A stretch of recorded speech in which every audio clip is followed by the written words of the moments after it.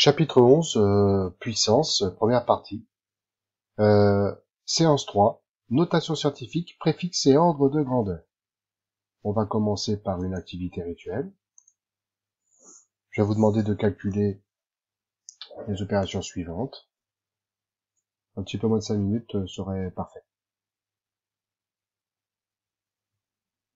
Correction. Alors 45 divisé par 100. On déplace la virgule de 2 rangs, c'est-à-dire 0,45. Effectivement, je peux écrire 45 comme si c'était 45,0. Et je divise par 100, donc je déplace la virgule vers la gauche de 2 rangs. Ça fait 0,45.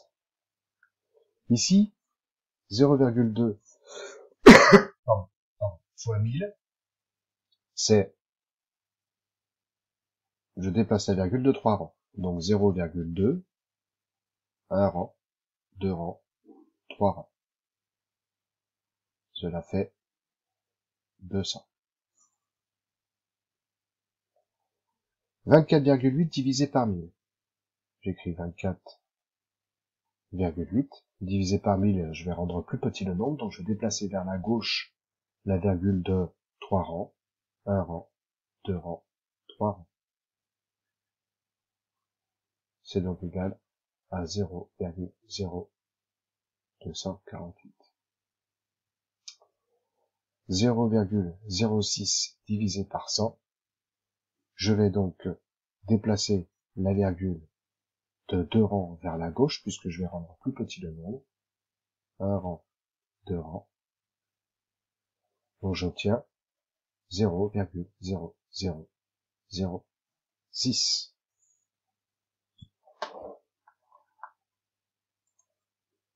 Alors, activité découverte numéro 28, ça concerne la notation scientifique. Alors, imaginez que vous ayez besoin de comparer rapidement beaucoup de très grands nombres. Mais vraiment des grands nombres qui représentent des distances Terre-Soleil, d'une constellation à l'autre, vraiment de très grands. Il faudrait vraiment une écriture efficace. Et donc les scientifiques ont décidé d'écrire ces grands nombres avec un nombre décimal positif comportant une seule unité suivie d'une puissance de 10. Cette notation est appelée écriture scientifique. Alors, tout de suite pour comprendre la situation,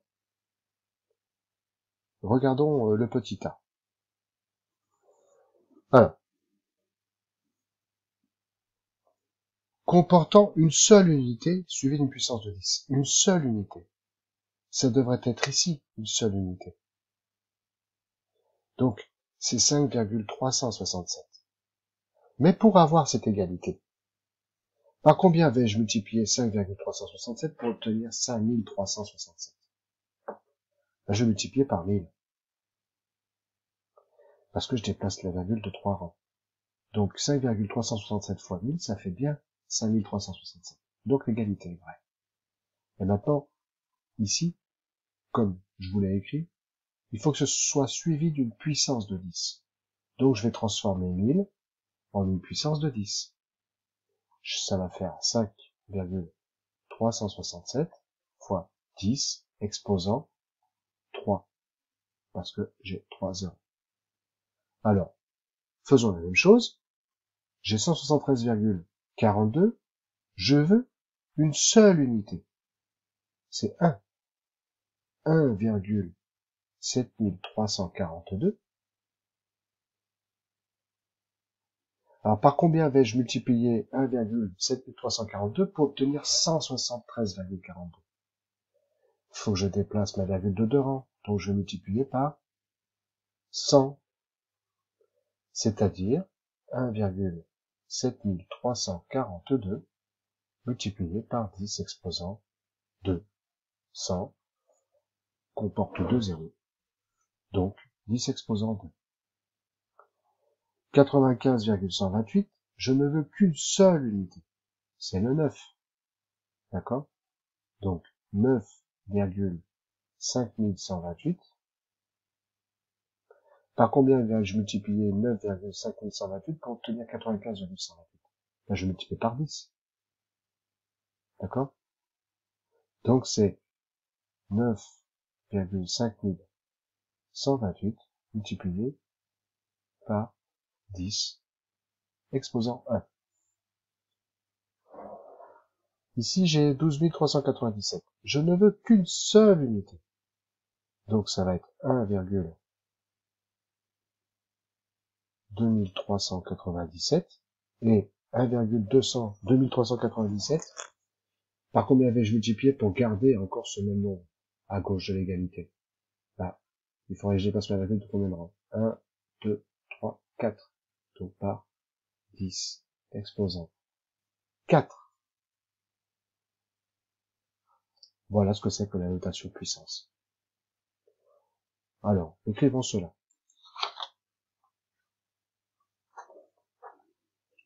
Alors, déjà, je voudrais vous parler de préfixes. Alors, les préfixes sont utilisés pour simplifier l'écriture et le nom de mesure utilisant des puissances de 10 de certaines unités. Par exemple, giga, comme gigaoctet par exemple, le symbole c'est grand G, et giga fait correspondre, en puissance de 10, 10 exposant 9.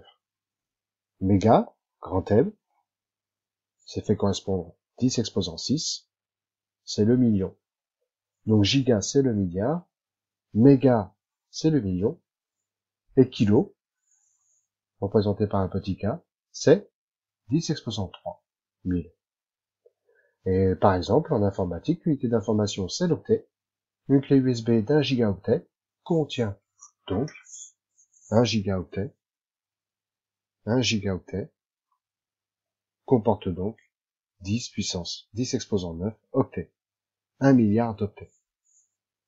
Giga, c'est donc un préfixe. Gigaoctet. Gigaoctet. Giga est placé avant. C'est un préfixe. Donc, écriture d'un nombre à notation scientifique. On va définir cet objet. La définition, on l'a vu à travers l'activité découverte. La notation scientifique d'un nombre décimal positif est la seule écriture de ce nombre sous la forme A fois 10 exposant n. Ou, c'est-à-dire que A, ça signifie que c'est un nombre décimal compris entre 1 inclus et 10 exclus. Hein? Donc, je reviens sur ce que je vous écrivais dans l'activité découverte. Est un nombre décimal positif comportant une seule unité. Donc, une seule unité, c'est bien un nombre compris entre 1 et 0 exclu. Et n est un entier relatif. Exemple, la distance de la Terre au Soleil est d'environ 150 millions de kilomètres. 150 millions de kilomètres, je dois mettre ma virgule immédiatement après le 1, ça fait 1,5. Mais par combien vais-je multiplier 1,5 pour obtenir 150 millions? Là, je vais multiplier par 10 exposant 8. Donc, la notation scientifique de 150 millions de kilomètres, c'est 1,5 fois 10 exposant 8 km en notation scientifique. Alors, on utilise la notation scientifique pour donner un ordre de grandeur ou à l'encadrement d'un résultat. Donc en gros, ça sert aussi à comparer des nombres. Par exemple, si j'ai un nombre A qui est égal à 32 657 000, donc ce nombre en notation scientifique, ça fait 3,2657 fois 10 exposant 7, et son encadrement, par 2 puissance de 10 consécutives, c'est A compris entre 10 exposant 7 et 10 exposant 8. Et son nombre de grandeur sera A égale 3 fois 10 exposant 7. Bah, oui, en effet, la notation scientifique, 3,2657. Bah, c'est plus proche de 3 que de 4. Donc on va mettre 3. Voilà, on a un ordre de grandeur de ce nombre, à peu près, écrit de manière plus simple. Ça va faciliter la tâche pour comparer des nombres. Exercice. Alors exercice 12, c'est juste pour maîtriser l'utilisation des préfixes et la correspondance avec la puissance de 10. Donc, correction.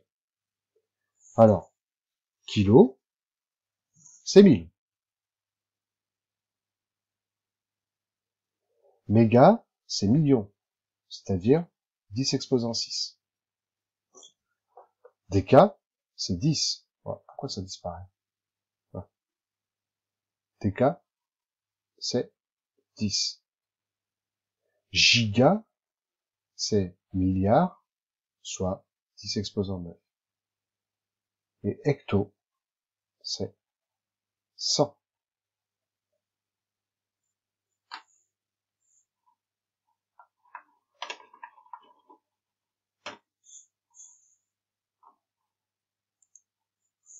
Exercice numéro 13. Donc, 1 gigaoctet, 1 giga, c'est milliard, donc 10 exposant 9. 1 méga, c'est 1 million, soit 1 mégaoctet, c'est 1 million, soit 10 exposant 6. 1 kilogramme, c'est 1000 grammes, soit 10 exposant 3 grammes.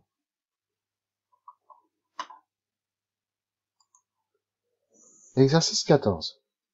Donc, l'année-lumière est une unité de distance correspondant au trajet effectué par la lumière en une année, dans le vide ou dans l'air.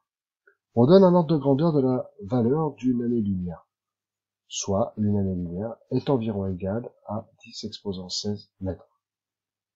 La constellation d'Orion comporte 7 étoiles principales, dont 2 situées respectivement à 900 et 1300 années-lumière du Soleil. Sans calculatrice, estimer la distance en mètres séparant ces 2 étoiles du Soleil.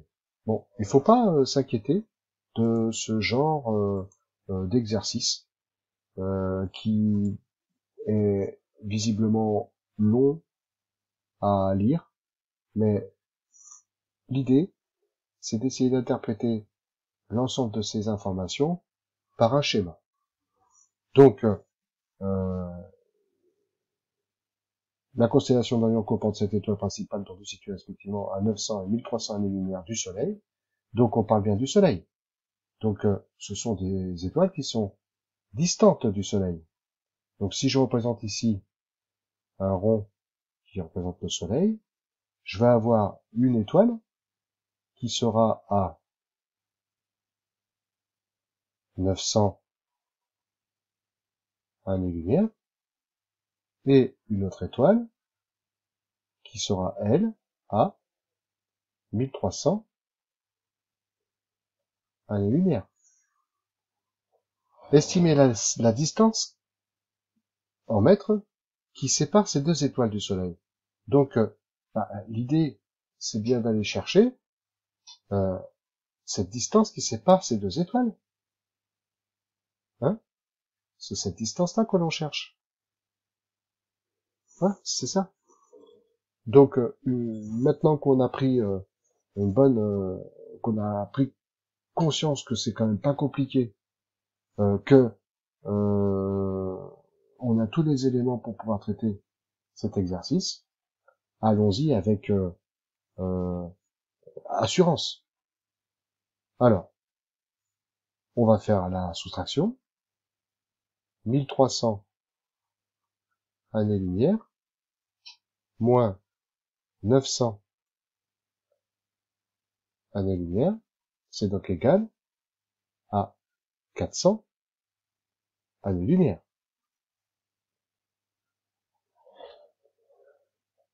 Or, une année-lumière, ça représente 10 exposant 16 mètres. Donc, 400 années-lumière, ça va faire combien de mètres? Eh ben, il suffit de faire le produit.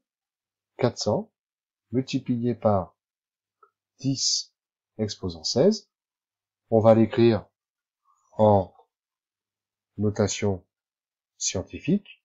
400, c'est 4 fois 100, c'est-à-dire 4 fois 10 exposant 2, fois 10 exposant 16. On reconnaît ici la formule que l'on a appris à la séance 2. Donc ce sera 4 fois 10 exposant 2 plus 16, soit 4 fois 10 exposant 18.